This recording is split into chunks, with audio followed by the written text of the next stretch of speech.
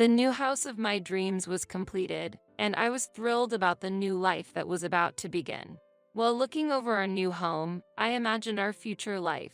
There were many things I wanted to start anew, and I was excited. At that moment, my in-laws arrived unexpectedly. What an unreasonable daughter-in-law you are. We are going to live here from now on. Move your parents somewhere else. What are you saying? Confused, I asked my husband, but he sighed and said, "That's the reality. I'll tell your parents that." Before I could reply, my in-laws entered the house. I took a deep breath and calmly asked back, "Do you understand whose house this is?" "My name is Donna. I am 35 years old and work for a company. I have been married to James for 5 years. We have a son named Adam, who is only 4 years old but acts like an adult because he was raised among adults. Raising a child is challenging, but my days with my son are nothing but happiness. However, I have one concern. It is that my elderly parents are suffering from leg and back pain. After much consideration, I discussed the possibility of living with my parents with my husband. That's a concern, indeed. It would be a good way to repay them for everything they have done for you, and if it makes you feel secure, Donna, I see no problem with it." "Really? That's great. Thank you, James." As my husband immediately agreed, I am grateful to have married such a caring person. Thus, I began preparations to live together with my parents under my initiative, but things did not proceed without problems. My parents' house is located in the suburbs, a considerable distance from the city center. Living there would make commuting extremely difficult. Furthermore, we were unable to commute by car, making life at my parents' house a challenging situation. We were then living in a rental apartment suitable for a couple, and it was not realistic to have our parents join us. Because our son is growing, that plan is not feasible. After much thought, I came up with an idea. "James, I've reconsidered. How about we build a new, larger house? Perhaps now is the time to be bold in our actions." Upon hearing the proposal, my husband immediately agreed. "That's a great idea. Let's build a comfortable house and live there together." With my husband's approval, we began preparing for the new house. First, we contacted my parents. When we talked, my parents reacted awkwardly. "We don't want to be a burden to you and your family, Donna. As Adam grows, our current home will eventually feel too small, and considering the future, now is the right time to build a house." I said this to my hesitating father. Once they understood that we weren't just being considerate, my parents finally agreed. I felt relieved seeing my parents feeling relieved and happy. After that, though we were busy, my husband and I visited the real estate agent several times. When thinking about location, having a hospital nearby would be convenient for my parents, and being close to a train station would be ideal for work. Considering my parents' mobility issues, a barrier-free environment was recommended, and following this advice, we reviewed several options and had many meetings. When I asked my parents if they had any preferences, they said, "As long as we are with you and your family, that's enough, Donna." Without leaving everything to me, my husband also made various suggestions, and the plan progressed smoothly. As the planning became more concrete, my excitement grew. Using ideas from my husband, suggestions from the real estate agent, and information from the internet, all the preparations were eventually completed. Then, I placed the orders with the contractors. Finally, all the preparations are done. It really required a lot of effort. There were many conditions and requests. Preparing while working was really tough. It was good that James's advice was so helpful. We were exhausted from preparing almost without any rest, but we were filled with a sense of accomplishment. Thanks to our efforts and time, we managed to get an ideal layout and location. Now, all that was left was to wait for it to be completed. Although it took time, just thinking about our new home made me excited and boosted my motivation at work. During those exciting days, my in-laws, having heard about the new house plans, frequently contacted us. "It's been a while. I heard from James that you are building a new house. Is that true?" "Yes, that's right. It's scheduled to be completed by the end of the year." "Oh, that's exciting. James has become so respectable, and we are so happy.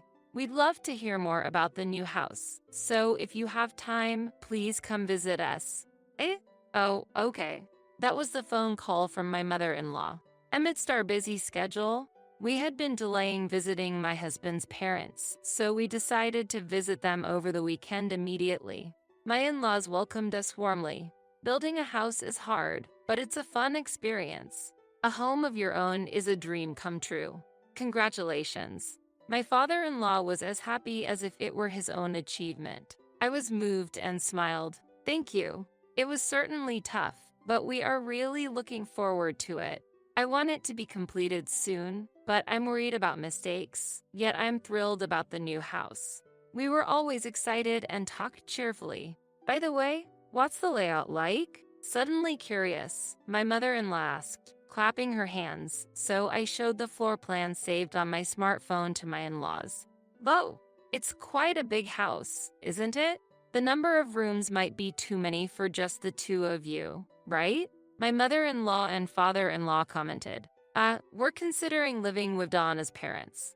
We also planned it to be spacious in case we have another child in the future. My husband replied. Surprised, my in-laws asked, You're going to live with Donna's parents? Yes, that's right. Donna's parents have been getting weaker, so we decided to live together. That's why we decided to buy a new house. I see, living together. While James was explaining in detail, I noticed a change in the attitude of my father-in-law and mother-in-law. Thinking about it later, I realized that this topic might not be very appealing to my in-laws. So, I decided to change the direction of the conversation. By the way, how have you both been feeling lately? Any changes? No, not really any problems. Yes, not much different from the last time we met. My in-laws answered like that, but when the conversation settled, we returned to the topic of the new house. But I want to know more about the new house. Which room will Donna's parents use? We're thinking about this area here. James, unaware of the change in my in-laws, answered honestly. However, when we talked about planning to live with my parents, my in-laws showed a notably displeased appearance. They seemed to be dissatisfied with us prioritizing my parents. I felt a bit hesitant too, but there is no doubt that I prioritize my parents. The main reason for building the house is for my parents, and I hope they will understand that someday. However, it became clear that my in-laws were not that gracious. As time passed, the house steadily approached completion. Every time I visited the construction site, I eagerly awaited its completion while also spending busy moments paying attention to the details. My parents also visited the site several times, and I could see them filled with joy. Doing something for my family makes me realize again how rewarding it is for me, too. However, there was one thing that worried me. It is the fact that recently James has been keeping close contact with his parents. He has started visiting his parents' home every weekend. James, are you going to your parents' house this weekend too? Yes, I am. You've been visiting more often recently. I'm trying to be a good son like you, Donna. Now that our new house's preparations have settled down, I should show my face during the holidays. That's nice. You are really kind, James. Maybe I should come along with you. Actually, I had some concerns about my in-laws. I was worried whether they felt neglected and if that had affected their health.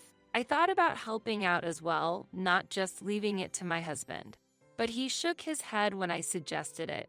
I had my doubts about whether it was the right approach, but he said, I'm enough by myself, and went to his parents' house alone. I told him that if he needed any help, I would join him, so I believed he would call me someday.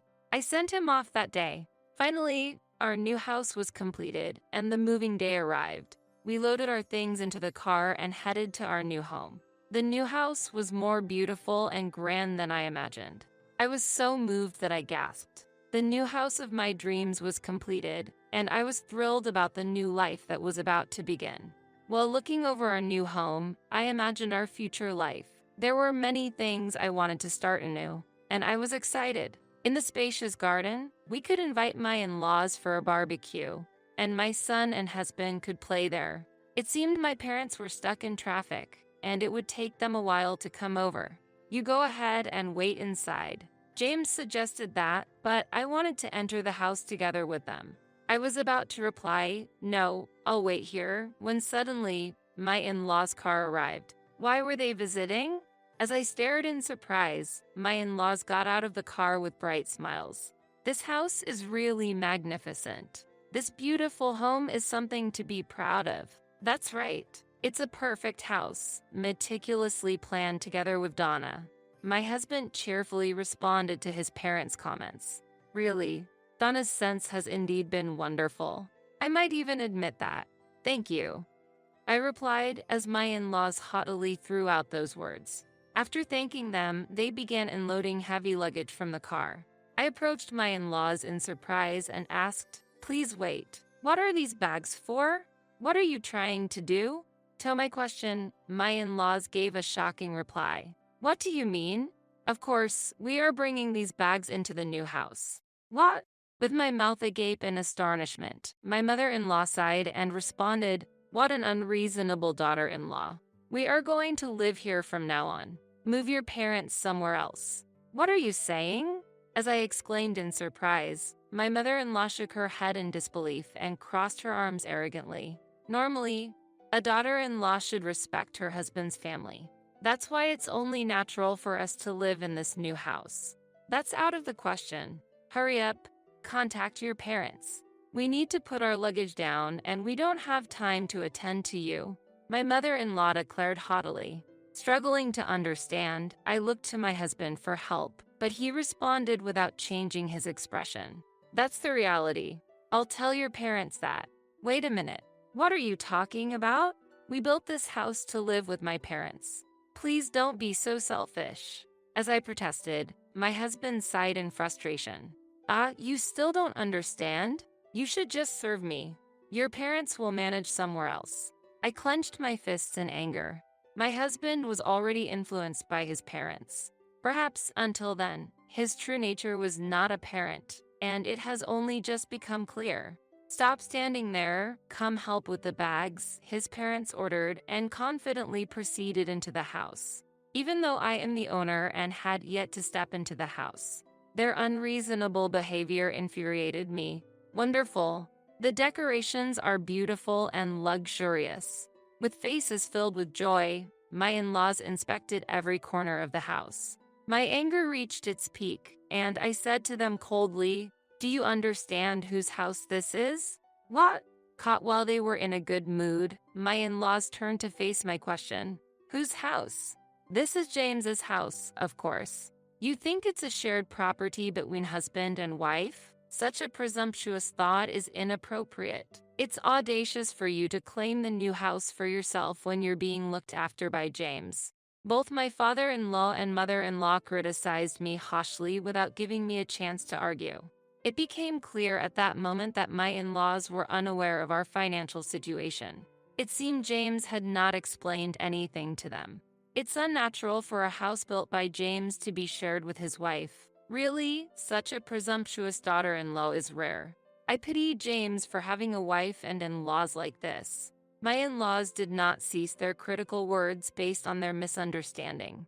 Finally reaching my limit, I stared sharply at my husband and his parents. "I understand your point. If it really comes down to you all living here, then I will need James to reimburse me for my investment in this house." At that, my in-laws tilted their heads in confusion. "How much money did you actually contribute? The amount you're talking about must be trivial. Why are you making such a big deal out of it?" They responded while bursting into laughter. I glanced at my husband, who remained silent, his mouth firmly shut. Filled with anger, I blurted out, "Why are you silent? You really have a lot of nerve. It's unbelievable that you would hide something so important." Well. When pressed, my husband fidgeted and averted his gaze. At that moment, my mother-in-law intervened and demanded, "What are you trying to say?" My husband looked pale with fear. Realizing I couldn't expect an explanation from him, I decided to clarify myself. In fact, the funds for purchasing this house were all paid from my savings. Therefore, this house is technically mine. As I revealed this, I saw my husband's pale face. It was as if he had held his breath. I continued, if you want to live here, you need to repay the $330,000 used to build this house immediately. My declaration shocked my in-laws, and they were left speechless. The next moment, they turned to my husband, pressing him in a panic. James, is that true? Is Donna really the owner of this house? Faced with their questions, my husband seemed to have no choice but to admit the truth. Looking slowly at my nodding husband, he explained, actually, Donna purchased this house. She is very capable and already holds a managerial position. Her salary is significantly higher than mine. But James, you have been working at your current job for a long time, right? That's right. You graduated from a prestigious university. You should be earning a high salary. My in-laws insisted. My husband, having a high sense of pride, must have been spinning the story to suit himself. However, even he couldn't hide his disturbance under the relentless questioning from his parents. Actually, I recently made a big mistake. I almost got fired, and my salary dropped to the level of a new graduate. My husband finally confessed everything. Shocked by this revelation, his parents were left speechless. I can't believe that James would end up like this. When my mother-in-law murmured that softly, my in-laws quickly ran over to me, their previous rude behavior seeming like a lie, and they apologized profusely. Donna, we are truly sorry for what we said earlier. My in-laws said, please, we apologize.